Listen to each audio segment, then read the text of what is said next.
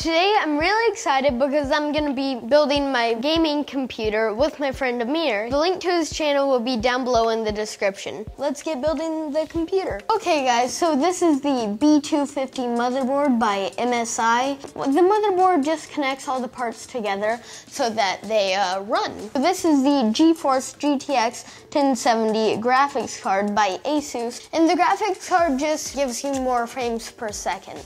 This is the Core i7 by Intel, and the processor basically just processes things, and the better one you have, the better gaming experience you'll have. This is the H60 liquid CPU cooler by Corsair, and what the CPU cooler does is just keep the CPU, which is the processor, cool. If it's not cool, it'll burn out and break, and then you'll have to buy another one, and it won't be fun. This is the AF120 Quiet Edition by Corsair, which is basically just like the CPU cooler. Keeps everything cool so that it doesn't break and you have to buy new ones. This is the Vengeance LED RAM by Corsair, and it's DDR4, and it's 2 times 8 gigabytes, so that's 16 gigabytes, and that's a lot for RAM. This is the EVGA 750GQ power supply, and the power supply just powers everything. And this, you guys can't tell, but it's the FireCuda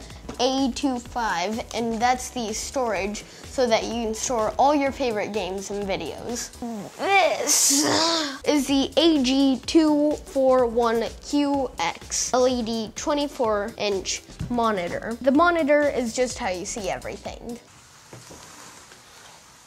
And this, as you can see from that amazing cardboard picture, it is the Corsair Carbide Series Spec Alpha ATX case, and the case just houses all your parts so that they don't get kicked over or knocked over by something. Okay guys, so now we're moving on to the actual building of the computer. First things you're gonna have to do is actually take out the side panels that it comes with. So over here, these are thumb screws. If it's too hard, you can use a screwdriver, which I'm about to use right now. You should always have cups that are like labeled like this one for the case. You put your screws in so you don't get them confused. Yeah, so now we're just gonna take off the side panel.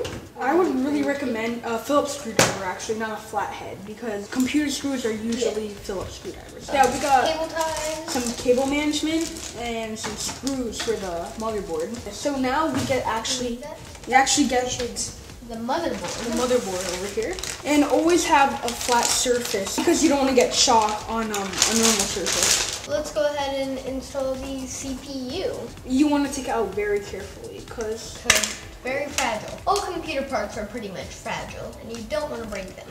So now we will be installing the CPU.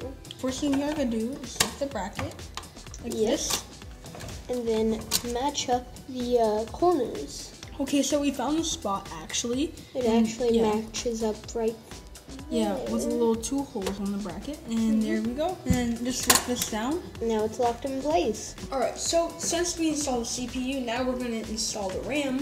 So what you have to do to install the RAM is pull back these little notches. Here you see this long side over here. This goes on this long side, and the short side kind of goes here, if you can kind of see it.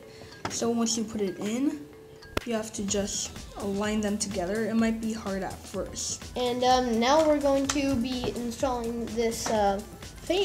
Over here, as you can see, we're going to be installing this radiator. So we're going to have to put it on right there. We're going to have to take this off. So make sure you never don't touch this with your finger. Yeah. We put this socket on, which is for the Intel. Which we also take off this thing. And now we can go ahead and rest it on there. Make sure it's lined up perfectly on all of the edges. And when you put it on, you cannot take it back off. Let's go ahead and put the screws in here, don't we? Yeah.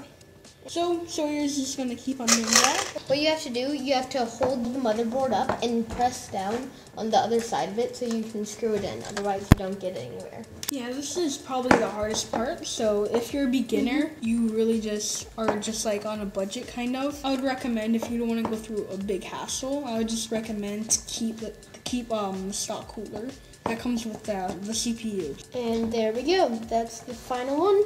They're all screwed in and ready to be put on. And I think we put it on this way. Yeah, so the logo faces that. Right? And then we have to lock it in with these end caps. Now just go ahead and screw those on to the top of it. You want to keep the CPU cooler as tight as possible. After this, I'm pretty sure that we go ahead and install the fan. Yes, we installed the fan, and then we put the motherboard in the actual case. So I think the water cooler is definitely the hardest part of building a computer. Yeah, in my opinion it is. But if you have a normal stock fan, it's probably one of the easiest parts. So. And then we are good to go. And now we gotta install the fan that is right here. Actually, we need one of those really long screws. Thank you. There you go. And you have the little rings. Yeah, no, rings. Rings? Yeah, to put them in. Yes, we do. I think they're called washers. And we can go ahead and start screwing the fan in. I'll go ahead and hold that for you. Thank you. Are all of them in? I think so. I see 4 screws, so yes. Now if you hold that, we can go ahead and put the radiator in. Okay guys, so it's been about an hour now. Finally got it screwed in. Don't recommend buying the case and the water cooler.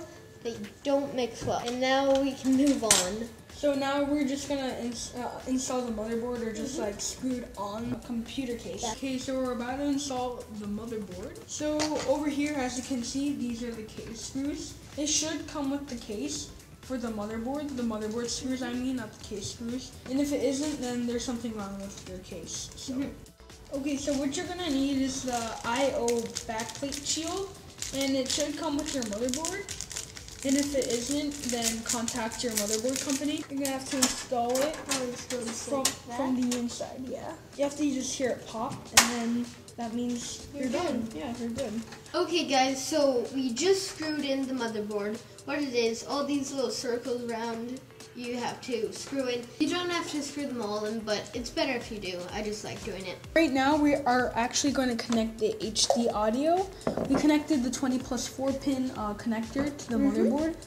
And later we will do the CPU power, which is on the top left over there. I don't know if you can see it or not. Most of the time it will usually be on the bottom left, the HD audio. So what you're gonna wanna do is, if you have like these holes over here, what I would do is open the back over here so it's like all open. Which we already did. Yeah, the back panel's open. So, and then just put it under here.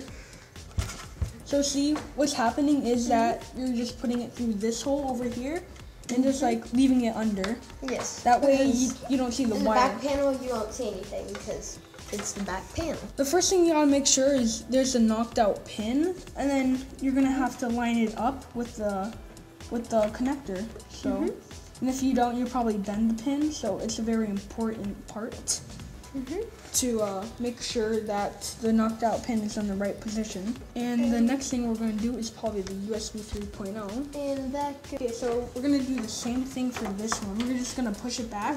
And then you figure out where it goes and where's the best hole for it to go through. Make sure it goes with the hole that is on the USB 3.0 thing. Slide that in, and then once you hear that little click, that means you're good, and you can push the extra wires back out through here so nobody sees them. So the only thing that we can't really hide are these 2 wires. Yes, because these are the water cooler wires. They look fine. Yeah. You can't do much about some things. So the next thing we're going to do is these 2 front fans. Yes. Actually, over here, if you could see those. These fans are kind of different from different fans.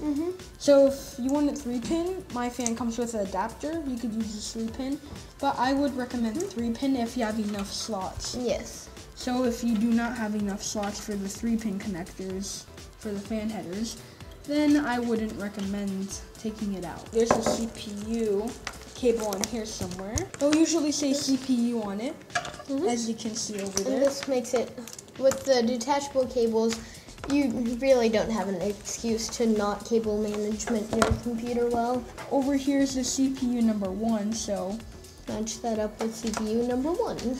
Yep, of course. There you go. Once you hear that little click. There's one. Take this guy and route him right out through here. For the CPU connector, you're actually going to want to lay it flat. And it's very hard to see, but it's a very small area. So this is my finished product. I think it looks amazing and it runs really well. I still need to add a webcam, but I forgot to do that, so it's gonna take a bit longer. But I installed this external microphone in the meantime, and it's way better than the microphone I had before. So the audio should be like 10 times better. Thanks to my graphics card in there, I can run games like Rocket League and other higher quality games and higher FPS and stuff. So it's fun. So that's it for now. See you guys in the next video. Hope you guys enjoy.